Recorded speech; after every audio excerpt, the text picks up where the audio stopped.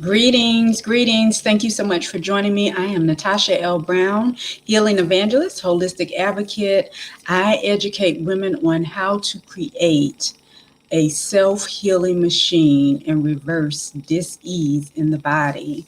I am also an author of 4 empowerment books, and I will be your host for this series, Honor Your Temple. This is part 2 of 6. If you did not catch part 1, definitely go back on the page and take a look at it so that you can get what you need in order to get started and go in order. All right. Now, the disclaimer, this is an informational session. I am not a medical professional. This broadcast will be used to get you started and to assist you in maintaining your holistic journey in the right direction. Always seek medical attention from your primary care physician if needed, as well as if this is an emergency, if you have an emergency, dial 911. All right, so again, this is a 6-part series called Honor Your Temple. And this is part 2. Part 2 is eating in season.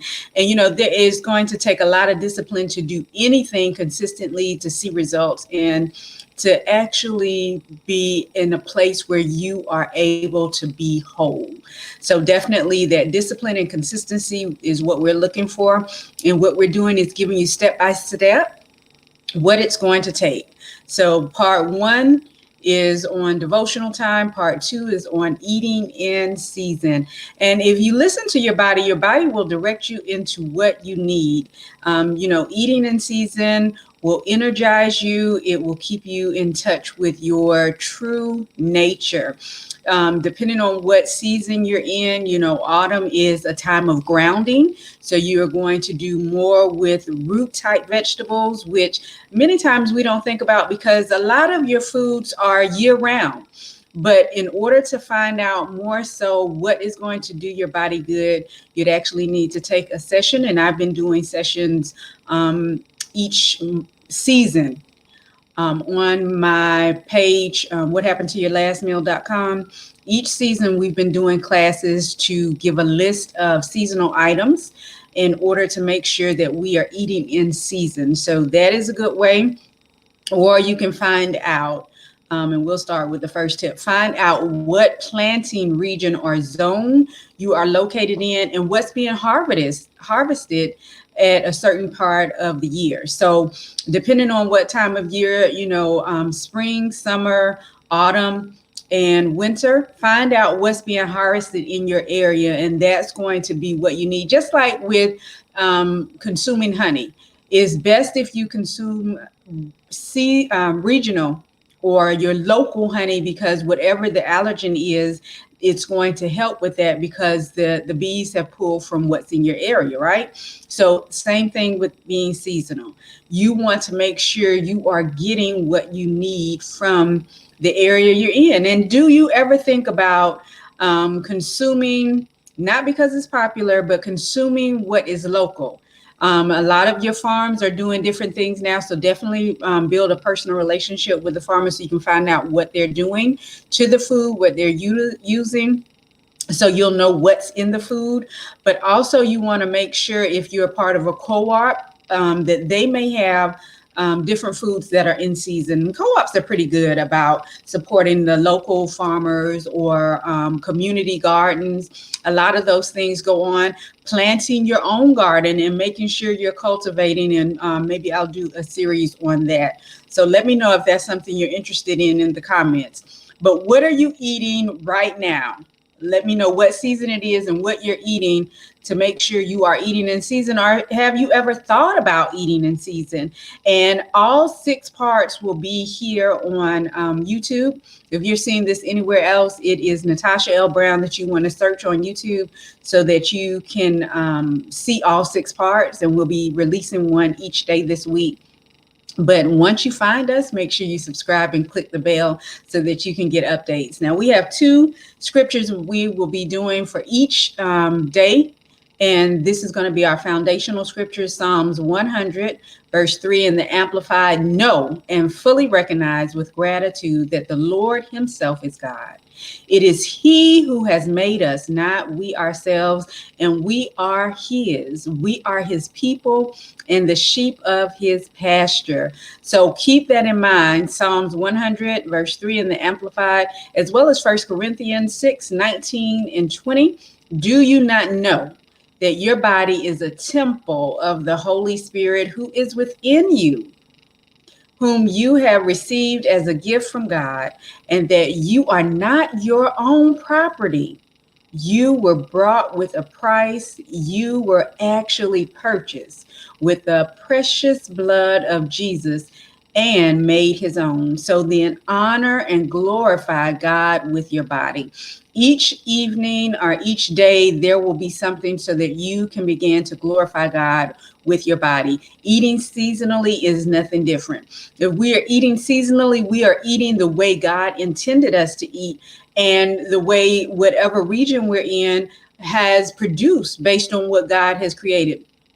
A lot of our foods are genetically modified now, so definitely you want to make sure you know what is in your food, how it was grown, where it came from. And a lot of times we talk about that with the meats, but your fruits and vegetables are the same way. If it's a fruit, it should have a seed. If it doesn't have a seed, it is not a fruit. And guess what? It's man-made. It's not something that God created. So you want to avoid that because genetically modified food is definitely changing our DNA. So keep in mind that you want to eat what is live, but what is real. You don't want frankenfoods. You want to make sure you are eating real food, live foods. And live foods are things, well, I know years ago, things that would rot if you left them out too long. They would begin to deteriorate because they've left their origin where they were grown, whether it's a tree, a vine coming out of the ground. Once it leaves its home, it begins to deteriorate. But when we eat live foods, it gives the body life. It gives us energy. It gives us what we need. It keeps us in tune with who we are. And we were made from the dust of the earth, right?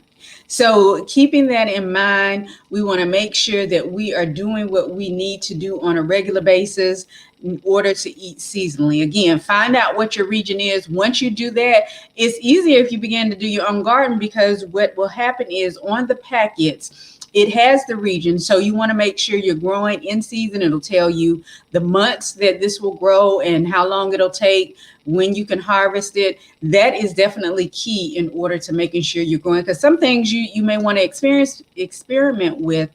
But if you pay attention to the growing and the region, you'll know what God has intended for this particular area that you live in. Number two, another thing that would be good as far as eating in season is listening to your body, and even not just eating in season, anything that you're doing, listen to your body. What is your body telling you? You know that there are seasonal supplements as well as water that we should be drinking also. So there are many things that we need to drink. And again, on my site, whathappenedtoyourlastmeal.com, there is a blog, and many of these things are listed there. You know, your seasonal waters. I don't get into the supplements because some supplements are not meant for everyone. So if you have a particular situation that you're dealing with, you can always contact me, click contact us, and let me know what's going on, and we can do a consultation. But many of your supplements are seasonal because, again, they are harvested at certain times of the year. So you want to keep that in mind. And listening to your body. Number two is just because it's available in the store does not mean that we should be consuming it. And like I initially said, you know, year round, we get everything. It comes from all around the world, and we think it's okay to eat it. But is it in season? Is it real food? Is it something that your body is going to respond favorably to? Or is it something that you should be avoiding? Even if it doesn't literally make you sick, what is it doing to your body? Is it improving your body, providing wellness? Or is it hindering your body and providing illness? Keep those things in mind. Number three, with seasonal eating, I mentioned it with the supplements and the water, knowing what's going to work for your body. In autumn and winter, you want to do your antioxidant water, and you do have different types of water. Many of your stores may not carry the different types of water, but what you can do is a search, because now, just like with the grocery stores, you can get anything any time of the year and have it shipped directly to you. Depending on where you live, you can have it brought right to your door, right? So, three things that we want to make sure we are doing seasonally to make sure we are energizing our bodies and staying in touch with the way God created them to be that self-healing machine, right? So, number one, find out your planting or zone for your region so that you'll know what to plant and what you should be eating, what's harvested at this time of the year for you. Number two, listen to your body when you eat. Some things that work for others in your region may not work for you, especially depending on the origin, those of African descent, those of European descent. What is working for you? Make sure that you're eating what is good for you, because those of African descent, dairy is not good for us, but we eat dairy anyway, and we have some of the highest respiratory issues, which are induced by dairy.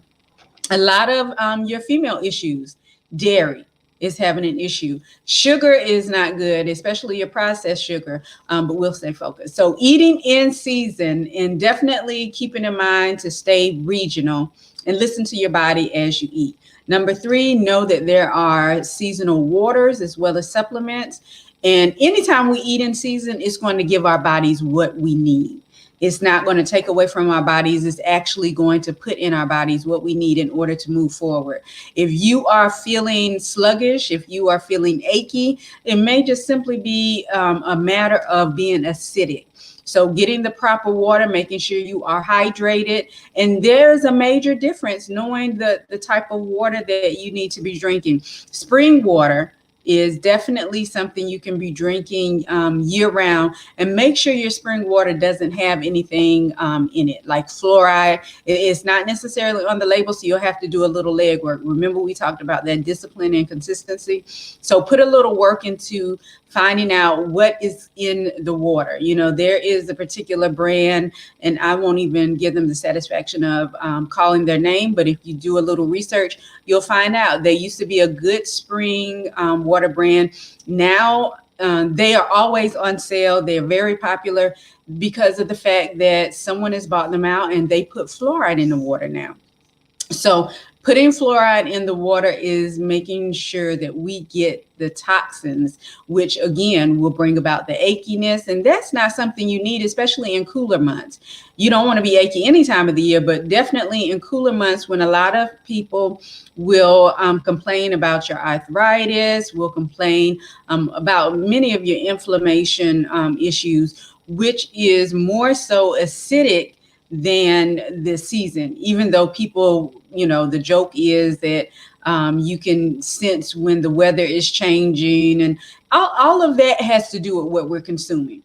It sounds good. It's something that has been passed down from generation to generation. But if we would stop right now and make a commitment that we are not going to continue the unproductive, unhealthy habits that have created illness after illness in our family, and begin to eat differently, you'll get a lot of pushback, but you will begin to see a difference in your body. And then you'll be able to teach your children, even if your children are adults, let them know that what you learned is not necessarily what's good for the body, and just teach them what you know, right? Help them to be able to research and find out what they need. So use those three things in eating in season and making sure that you are possessing wellness daily. Keep in mind the verses, the two verses that we are dealing with, Psalms 100, verse 3, as well as 1 Corinthians 6, 19 and 20, and they are both coming from the Amplified version. And I did not forget your affirmation. The affirmation for part 2 is, I am worthy to eat God's very best food in season. I am worthy to eat God's very best food in season. And again, I am Natasha L. Brown, healing evangelist and holistic advocate. If you are just joining me, definitely make sure you not only watch this full episode for part 2, but you also catch part 1 so that you can be caught up on all 6 parts as we release them each day this week. And everything has a season. So be proactive. When your body speaks, respond. Don't allow the whispers to become loud enough for it to yell or loud enough for it to become a diagnosis. Definitely respond to your body appropriately. Give your body what it needs because it was designed to be a self-healing machine by God. And guess what?